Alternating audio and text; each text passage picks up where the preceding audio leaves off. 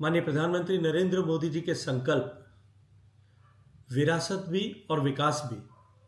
और इस मार्ग पर चलते हुए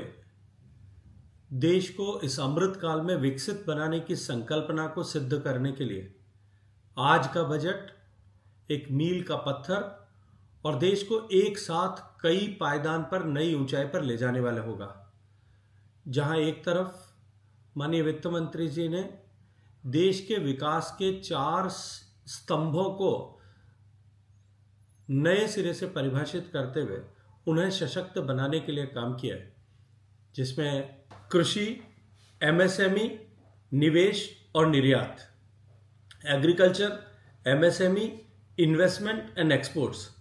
और इन चारों को बल देने की व्यवस्था इस बजट के माध्यम से की गई है। एक तरफ जहां कृषि क्षेत्र को और अधिक समृद्ध बनाने की दिशा में बात की गई है, वहीं एमएसएमई जो भारत की अर्थव्यवस्था का आधार है, 36% से ज़्यादा मैन्युफैक्चरिंग में और 48% लगभग एक्सपोर्ट्स में भागीदारी रखने वाला देश का सबसे बड़ा रोजगार का सृजन करने वाला क्षेत्र एमएसएमई, जो निरंतर माननीय प्रधानमंत्री नरेंद्र मोदी जी के लिए प्राथमिकता रहा है, इस बार उसे और अधिक सशक्त बनाने के लिए हैंड होल्डिंग की व्यवस्था इस बजट में की गई है। ह्यूमन रिसोर्स कैपिटल को और अधिक सशक्त बनाने के दृष्टिकोण से भी निवेश हो, इस दृष्टिकोण से भी माननीय प्रधानमंत्री जी के मार्गदर्शन में इस बजट में घोषणा की गई है। जहां तक टूरिज्म सेक्टर, पर्यटन क्षेत्र का विषय है, पर्यटन क्षेत्र के प्लेयर्स की वर्षों से डिमांड थी कि इस क्षेत्र में प्राइवेट इन्वेस्टमेंट को इंफ्रास्ट्रक्चर स्टेटस दिया जाए, और मैं धन्यवाद करना चाहता हूं माननीय वित्त मंत्री जी का कि उन्होंने 50 आइकॉनिक डेस्टिनेशंस पे, जिनका चयन हमने चैलेंज मोड में किया है, वहां आने वाले प्राइवेट इन्वेस्टमेंट को इंफ्रास्ट्रक्चर स्टेटस ऐसा देने का घोषणा की है। और मैं ये मानता हूं कि ये पर्यटन के क्षेत्र में एक बड़ी नई शुरुआत के रूप में होगा। इसी के साथ साथ में जिस तरह से मध्यम वर्ग के लिए टैक्स इंसेंटिव्स की घोषणा की गई है, रियायतों की घोषणा की गई है, और टैक्स स्लैब्स को जिस तरह से रीओरिएंट किया गया है,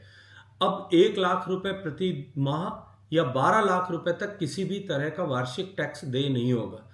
25 लाख रुपए तक की इनकम वाले के लिए भी लगभग 25% टैक्स रिडक्शन जो है वो इस बजट में आज घोषित किया गया है। जब मध्यम वर्ग,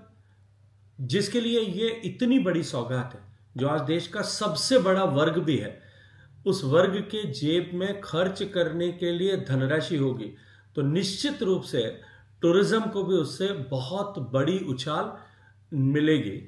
इसी के साथ साथ सांस्कृतिक दृष्टिकोण से समृद्ध भारत को विश्व के पटल पर ले जाने के लिए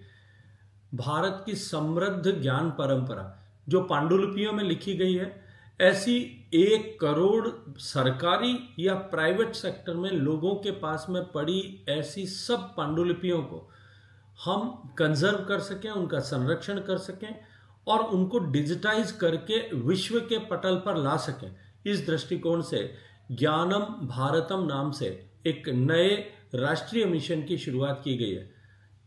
इस दृष्टिकोण से निश्चित रूप से ये एक बड़ा कदम भारत के सांस्कृतिक महत्ता को और प्रभाव को पूरे विश्व पर के पटल पर ले जाने की दिशा में एक बड़ा कदम इसके माध्यम से होगा। शेष चर्चा हम सब बजट पर विस्तार से जब बात करेंगे तब करेंगे। आपका बहुत धन्यवाद।